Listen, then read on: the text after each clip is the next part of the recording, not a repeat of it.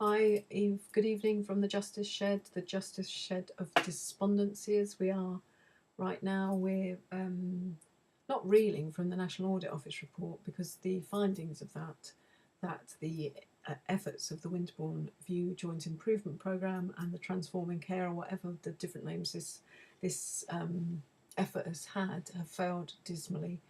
And as many people pretty much are still in ATUs as they were in 2011, obviously a few less because of deaths that have occurred.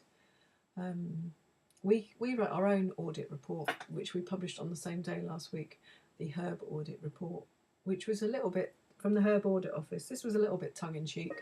It also packed a bit of a punch because it really sort of highlighted what you can do if you just get on and do it, and you're not completely constrained by bureaucracy, by layers of this, that and the other and nonsense that happens, and also if you have no vested interests, which is a huge issue.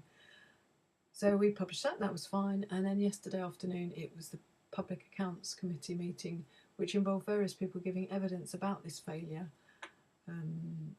and I didn't watch it, but it was being tweeted about quite extensively, and it was so depressing just reading the tweets. It was an enraging experience, and you can now get the transcript if you Google Care Services for People with Learning Disabilities HC 973. You can read the whole transcript, and it needs dissecting in a big way, analytically, just to show how many problems there are just lurking in the way in which this issue of moving people from ATUs into their homes, not placements, is how problematic it is, how many layers there are involved in the way in which people, officials, those with influence and power, talk about it and respond to it.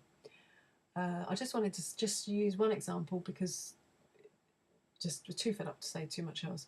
But Una O'Brien, who is the permanent secretary at Department of Health, very big cheese, she actually says at one point, I accept we could always do more. I mean, lose track of how many times people say that. Of course you can do more when you're not actually doing anything that works. But we have an absolute determination now, as in we didn't 3.5 years ago, 4 years ago, when we set out with our 51 signatures to the Concordat.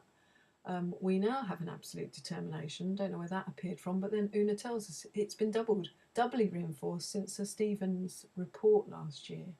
Our views on Stephen Bubb being appointed to lead a review or whatever it was, write a report into how to get some action in this area is probably quite well known. Why the Department of Health feel doubly reinforced in their determination to move people because of his report is bewildering. I don't really understand that. I mean, surely seeing those images of people being abused so brutally in 2011, and then everything that's happened in ATUs since then, should be determination enough. But again, I think this underlines the rot and the stench that exists in this system, and how learning disabled people really haven't got a chance. So I'm going to sign off now on that cheerful note, and we'll be back soon.